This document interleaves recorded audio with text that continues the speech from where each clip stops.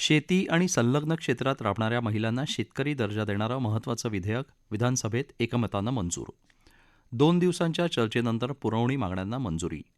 बालकांना फूस लावून गुन्हा करवून घेतल्यास सूत्रधारांना मोक्का लावणार मुख्यमंत्री देवेंद्र फडणवीस.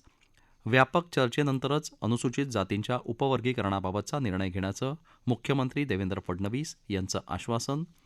ही होती या आठवड्यातली विधानसभेच्या कामकाजातली ठळक वैशिष्ट्य. विधिमंडळाच्या पावसाळी अधिवेशनाच्या दुसऱ्या आठवड्यात पुरवणी मागण्यांसह महत्त्वाची विधेयकं आणि नियमित कामकाज पार पडलं. विधानसभेत 2 दिवसांच्या चर्चेनंतर सन 2026-27 या वर्षातलं तब्बल 97,706 कोटींच्या पुरवणी मागण्या मंजूर करण्यात आल्या.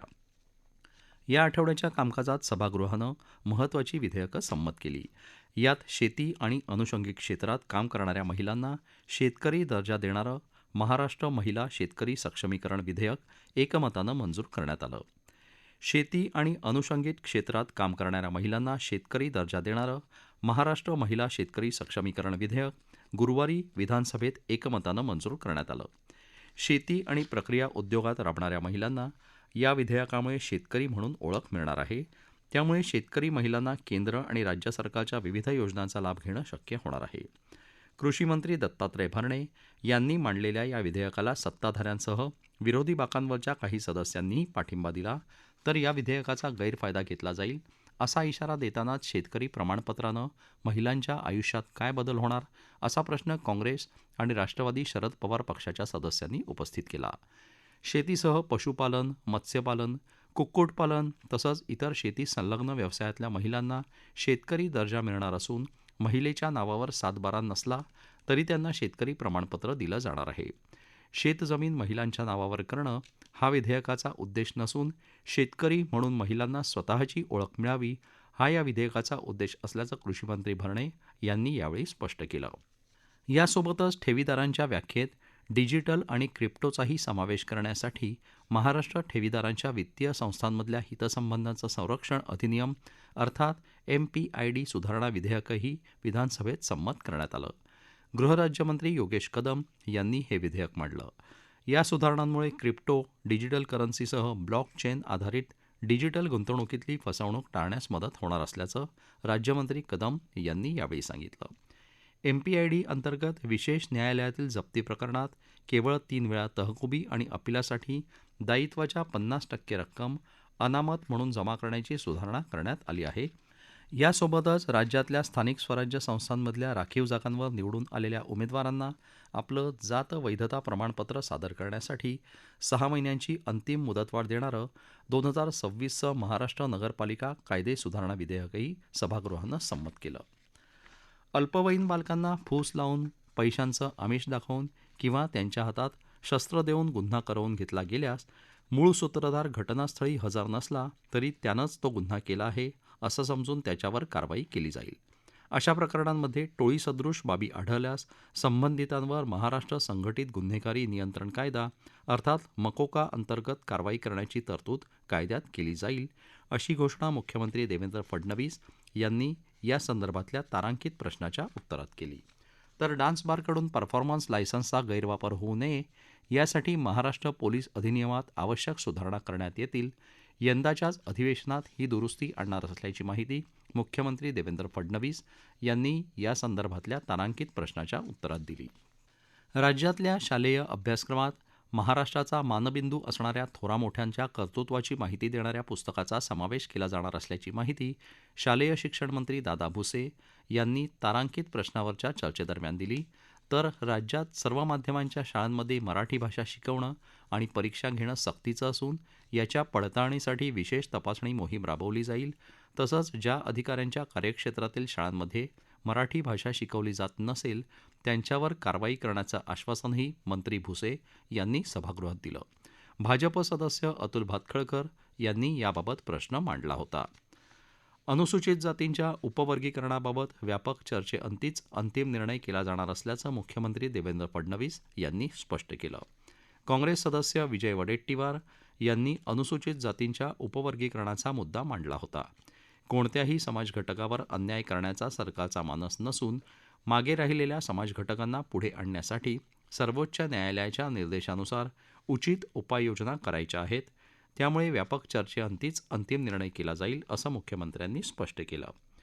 राज्यातील सर्व शैक्षणिक संस्थांच्या 500 मीटर परिसरामध्ये एनर्जी ड्रिंक्सच्या विक्रीवर पूर्णपणे बंदी असून शाळा महाविद्यालय परिसरात स्टिंग या शीतपेयाच्या विक्रीला बंदी असेल असं अन्न आणि औषध प्रशासन मंत्री नरहरी झिरवाळ यांनी सभागृहात यासंदर्भातील प्रश्नाच्या उत्तरात सांगितलं. बळीराजाला आता स्वतःच्या शेती सुधारण्यासाठी विहीर, गोठा किंवा शेतघर बांधण्यासाठी लागणाऱ्या माती आणि मुरुमासारख्या गौण खनिजांसाठी शासनाला ₹1ची रॉयल्टी अर्थात स्वामित्व धन द्यावं लागणार नाही. तसंच शेतकऱ्यांच्या मालकीचे ट्रॅक्टर किंवा बैलगाड्या अडवून त्यांच्यावर दंडात्मक कारवाई करणाऱ्या पोलीस किंवा महसूल अधिकाऱ्यांवर कारवाई करण्यात येईल, अशी माहिती महसूल मंत्री चंद्रशेखर बावनकुळे यांनी सभागृहात निवेदनाद्वारे दिली. राज्यातील मत्स्यसाठ्याचं जतन करण्यासाठी पावसाळी मासेमारी बंदीचा कालावधी 15 ऑगस्टपर्यंत वाढवण्याची घोषणा मत्स्यव्यवसाय आणि बंदरे विकास मंत्री नितेश राणे यांनी निवेदनाद्वारे दिली. कामकाजादरम्यान मंत्र्यांच्या अनुपस्थितीचा मुद्दा या आठवड्यातील कामकाजात अनेक वेळा चर्चेत आला.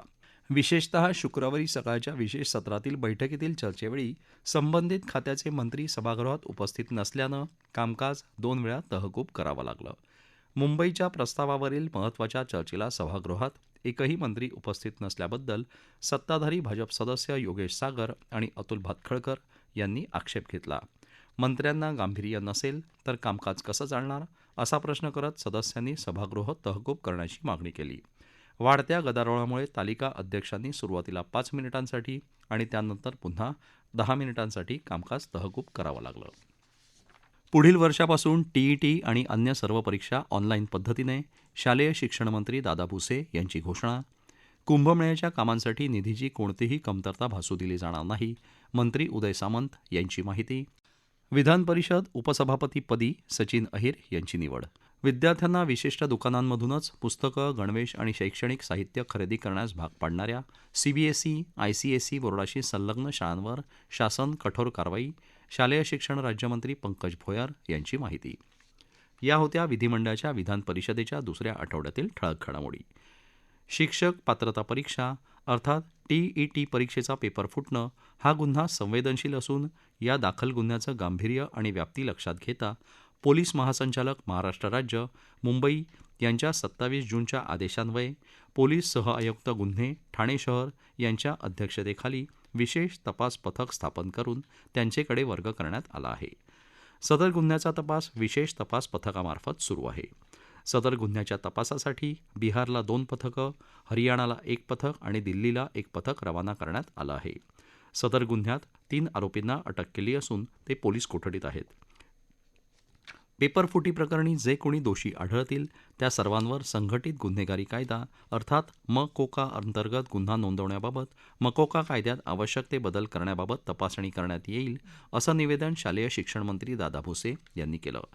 टीईटी 2026च्या फेरपरीक्षेसाठी उमेदवारांकडून कोणत्याही प्रकारचं परीक्षा शुल्क आकारण्यात येणार नाही आणि पुढील वर्षापासून टीईटी आणि अन्य सर्व परीक्षा पूर्णतः पारदर्शक आणि शिस्तबद्ध वातावरणात ऑनलाईन पद्धतीनं पार पाडण्यासाठी आवश्यक पायाभूत सुविधा निर्माण करण्यासाठी मुख्य सचिव यांच्या अध्यक्षतेखाली समिती नेमण्यात येईल. नाशिक कुंभमेळ्यासाठी केंद्र आणि राज्य शासनासह विविध यंत्रणांमार्फत एकूण 34,732 कोटी 39 लाख रुपयांची तरतूद करण्यात आली असून कुंभमेळ्याच्या कामांसाठी निधीची कोणतीही कमतरता भासू दिली जाणार नाही, असं मंत्री उदय सामंत यांनी स्पष्ट केलं. मंत्री गिरीश महाजन यांच्या अध्यक्षतेखाली स्थानिक लोकप्रतिनिधी आणि अधिकाऱ्यांची बैठक आयोजित करण्याची विनंती करण्यात येईल, अशी ग्वाही सामंत यांनी दिली.